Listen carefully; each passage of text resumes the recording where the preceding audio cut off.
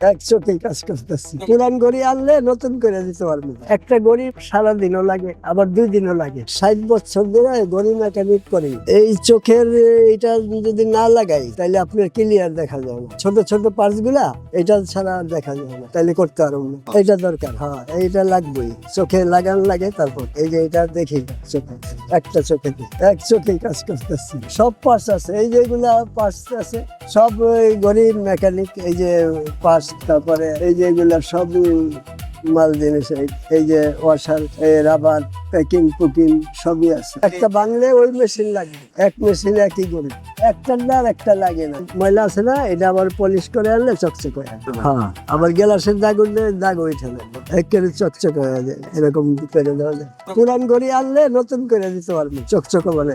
গড়ি আসে আমি ফেরত দিই না, সব কাজ করে দিই ইনশাল্লাহ। আমি এই কাস্টমার গড়ি নষ্ট হইলে একবেলা এখানে করি, কইরা আবার আয়া হেনে বহি, বইয়া রাত 10টা পর্যন্ত এখানে সহ্য করতে হয় অনেক এই কাজে। 5+ স্টার রেটিং প্রাপ্ত দেশের সর্বোচ্চ বিদ্যুৎ সাশ্রয়ী ও eco friendly Walton AC. Walton air conditioner, smart comfort এখন নেক্সট লেভেলে। একটা গড়ি মনে করেন পার্সের গড়ি 2-3 ঘন্টা লাগে, আবার সারাদিনও লাগে, আবার 2 দিনও লাগে, এরকম লাগে।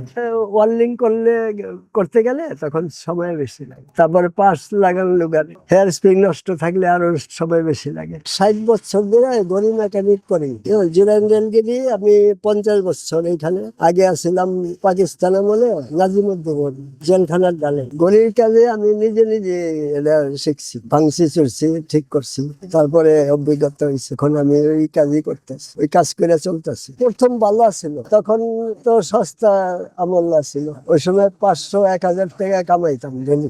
আর এখন তো সারাদিন বইয়া থাকলেও জিগায় না কেউ। আর এখন কোন রকম টুকটাক 200-300 টাকা রুজি হয়, এটা দিয়ে এই টুকটাক চলি। পুরানা মডেলে আগের ঘড়ি, কেমি, তারপরে সুইজারল্যান্ডের, জাপানি, ওমেগা, রাডো মডেল সবই ঠিক করতে। আগের ঘড়িগুলা আছিল কেমি কুমি এগুলা, এখন তো ওগুলা নাই, এখন বদ্ধ। 2-একটা আসলে ঠিক করে দিই। আগে যে কাজ করতো ওরা অনেক মানুষ গেছে কাজ। এখন আমি আছি, আল্লাহ বাঁচিয়ে রাখছে, আমার এতদিন হায়াত দিছে। মেরে মেরে ঘুমাইছি, না খায়া না দেয়া কষ্ট করছি ওয়াজগাড়ির মোড়ে।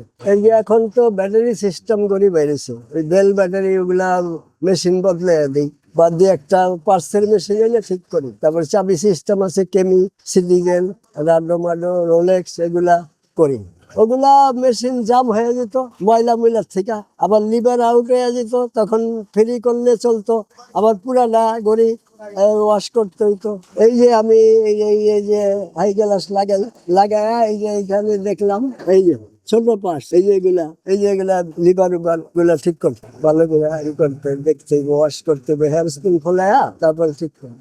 রাবার লাগাইতে হয়, তারপরে চাবি ঘুষ লাগাইতে হয়, এই যে এখানে ঘুষ লাগায়া তারপরে বটম টাইট ফিট লাগে, তা এইখান দাও যাবো না, এইখান দাও যাবো না। তারপরে গ্লাস আবার সাইজ করে লাগাইতে, তাহলে যায়।